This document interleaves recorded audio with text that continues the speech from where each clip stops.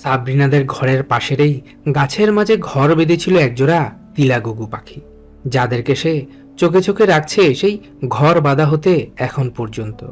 ইতিমধ্যে পাখিগুলোর ঘরে ফুটফুটে দুটো ছানার আগমনও ঘটেছে।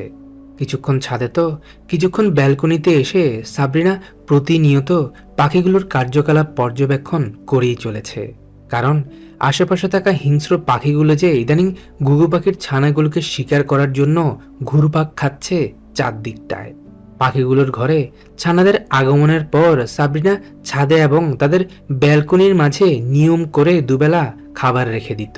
কিন্তু হঠাৎ একদিন সাবরিনার বড় ভাই তাদের ঘরের সামনে একটি ঘুঘু পাখির ছানাকে কুড়িয়ে পায়। খবর পেয়ে সাবরিনা দৌড়ে এসে গাছের নিচে যেতেই দেখতে পায় বাসাসহ ঘুঘু পাখির আরও একটি ছানা নিচে পড়ে আছে। যা দেখে তারা দুই ভাই বোন মিলে দ্রুত ছানা দুটোকে বাসাসহ কুড়িয়ে তাদের ঘরে নিয়ে আসে। ঘরে এনে ছানাগুলোকে খাবার দিলেও নিষ্পাপ ছানাগুলো যে কিছুই খেতে পারছিল না, যার কারণে তারা দুজন বুদ্ধি করে একটি খাঁচার মাঝে ছানা দুটোকে রেখে তাদের ঘরের আঙিনায় থাকা এই দেওয়ালের উপর রেখে দেয়। বেশ কিছুক্ষণ অপেক্ষা করার পর শেষমেশ মা ঘুঘু পাখিটি সন্ধান পায় তার হারিয়ে যাওয়া দুই সন্তানের। কিন্তু হতভাগা মা পাখিটি যে খাঁচার ভেতরে থাকা তার ক্ষুধার্ত ছানাগুলোকে খাওয়াতে পারছিল না তার ছানা দুটোকে বুকে জড়িয়ে নিতে, যার কারণে সাবরিনা ছানাগুলোকে খাঁচা থেকে বের করে দেওয়ালের উপর রেখে আসে।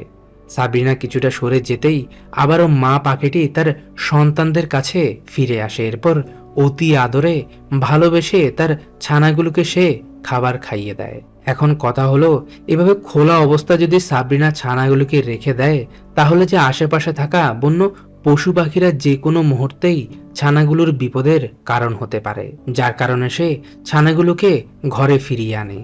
ঘরে এনে এবার সে নিজেই শুরু করে অসহায় নিষ্পাপ গুগুর ছানাগুলোর দেখভাল করা। কিন্তু ওদিকে যে হতভাগা মা পাখিটি তার সন্তানদের হারিয়ে আবারও ছটফট শুরু করেছে। কিছুক্ষণ এই গাছে তো কিছুক্ষণ অন্য গাছে গিয়ে অনেকটা পাগলের মতোই পাখিটি তার সন্তানদের খুঁজেই চলেছে। মা পাখিটির এমন আর্তনাদ দেখে সাবরিনা প্রতিদিন নিয়ম করে একবার ঘন্টা কয়েকের জন্য একটি পাত্রের মাঝে নরম কাপড় বিছিয়ে ছানাগুলোকে গাছের মাঝেই ঝুলিয়ে রাখত, যেখানে মা পাখিটি উড়ে এসে সময় কাটাতো তার সন্তানদের সাথে। আবার আশপাশ থেকে খাবার খুঁজে এনে পেট ভরে ছানাগুলোকে খাবারও খাইয়ে দিত। সাবরিনার আদর যত্ন আর মায়ের ভালোবাসা পেয়ে ঘুঘু পাখির ছানাগুলো ধীরে ধীরে বড় হয়ে উঠছে। দিন কয়েকের মধ্যেই তাদের পুরো শরীরে পালক গজায়। ছানাগুলো কিছুটা বড় হতে না হতেই সাবরিনা লক্ষ্য করে যে মা পাখিটি কেন যেন এখন আর তার সন্তানদের কাছে তেমন একটা আসতে চায় না। সে এখন আর তার ছানাগুলোকে ভালোবেসে খাবারও খাইয়ে দেয় না আগের মতো। সেদিন সকালবেলা সাবরিনা ছানাগুলোকে তাদের মায়ের কাছে রেখে তার মামার বাড়িতে বেড়াতে যাওয়ায় সেদিন রাতে আর সে ছানাগুলোকে ঘরে আনতে পারেনি। কিন্তু সকাল হতেই সাবরিনা তার ভাইয়ের কল পেয়ে দ্রুত ঘরে ফিরে আসে। ঘরে এসে সে দেখতে পায় তার আদরের একটি ঘুঘু ছানার মৃত্যু ঘটেছে। মা পাখিটি রাতের বেলায় তার ছানাগুলোর যত্ন না নেওয়ায় প্রচণ্ড ঠান্ডার প্রকোপে আজ ছানাটির এই দুরবস্থা হয়েছে। ঘুঘু পাখিটির মৃত্যুর পর অনেকটা অভিমান করেই সাবরিনা আর বেঁচে থাকা ছানাটিকে তার মায়ের কাছে রেখে আসে না।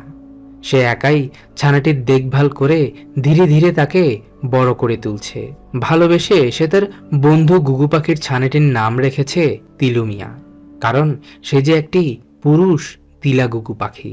মাঝে মাঝে ছানাটিকে সে খাঁচায় বন্দি করে রাখলেও দিনের বেশিরভাগ সময়টাই তিলু মিয়া ঘুরে বেড়ায় সাবরিনাদের ঘরের আশেপাশে। আবার সাবরিনার ডাকে সাড়া দিয়ে উড়ে চলে আসে তার কাছে। ঘুঘু ছানাটি একা নয়, সেই ইদানিং তাদের পোষা কবুতরগুলোর সাথেও ভাব জমিয়ে নিয়েছে। ঘোরাফেরা, খাওয়া দাওয়া এখন তারা সবসময় একসাথেই করে থাকে।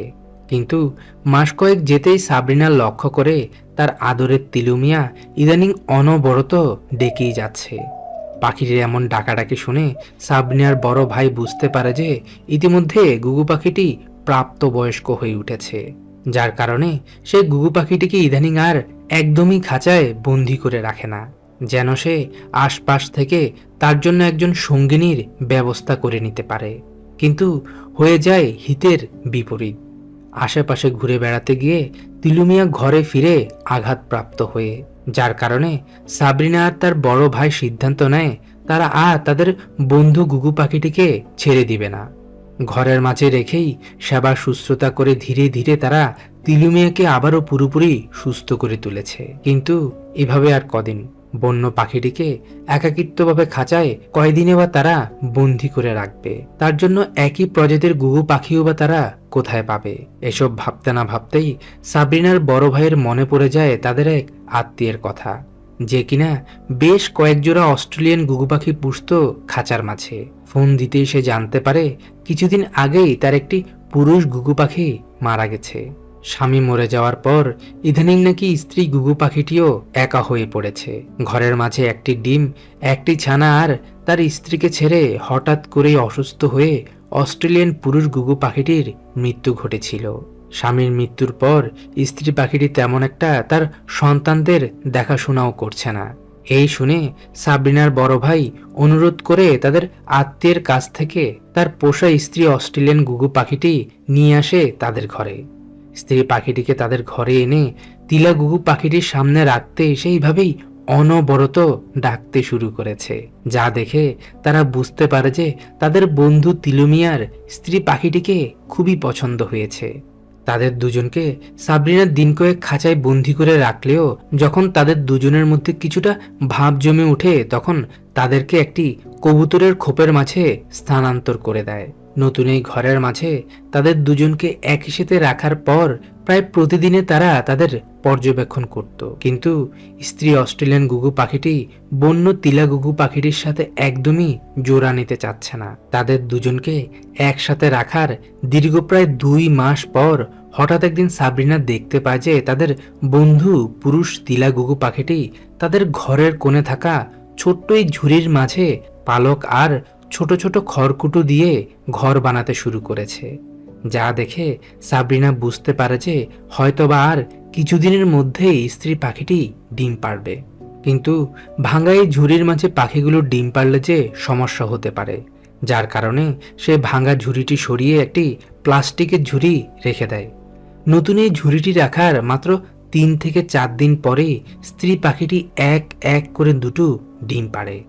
ডিম পাড়া সম্পূর্ণ হওয়ার পর তারা স্বামী স্ত্রী দুজন মিলে ইতিমধ্যে শুরু করেছে ডিমগুলোতে তা দেওয়ার কাজ। হয়তোবা আর 12 থেকে 15 দিন পরে ডিমগুলো ফুটে তিলার অস্ট্রেলিয়ান গুগু দম্পতির ঘরে নতুন সদস্যের আগমন ঘটবে। কিন্তু ছানাগুলোকে দেখতে কেমনটা দেখাবে তা জানতে হলে আমাদের চ্যানেলটি সাবস্ক্রাইব করে আমাদের সাথেই থাকুন। ধন্যবাদ।